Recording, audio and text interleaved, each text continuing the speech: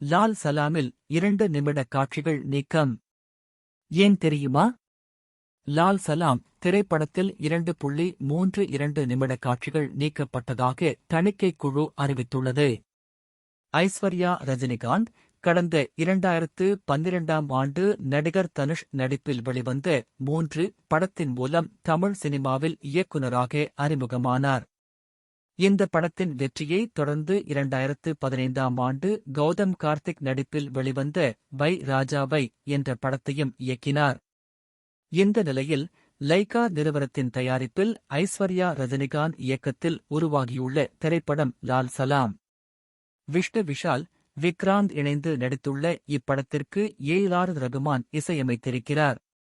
இத்திரைப்படத்தில் நடிகர் ரஜினிகாந்த் மொய்தீன் பாய் என்ற சிறப்பு கதாபாத்திரத்தில் நடித்துள்ளார். கிரிக்கெட்டை மையமாக வைத்து எடுக்கப்பட்டுள்ள இந்த படத்தில் முன்னாள் கிரிக்கெட் வீரர் கபில்தேவ் நடித்துள்ளார். படம் பிப்ரவரி 9ஆம் தேதி வெளியாக உள்ளது. இதனிடையே படத்தை பார்த்த தணிக்கை குழு படத்திற்கு யுஏ சான்றிதழ் அளித்துள்ளது.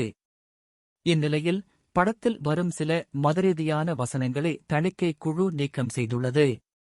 படத்தில் மொத்தம் 2 நிமிடங்கள் 32 வினாடிகள் காட்சிகள் நீக்கம் செய்யப்பட்டுள்ளதாக தகவல் வெளியாகியுள்ளது.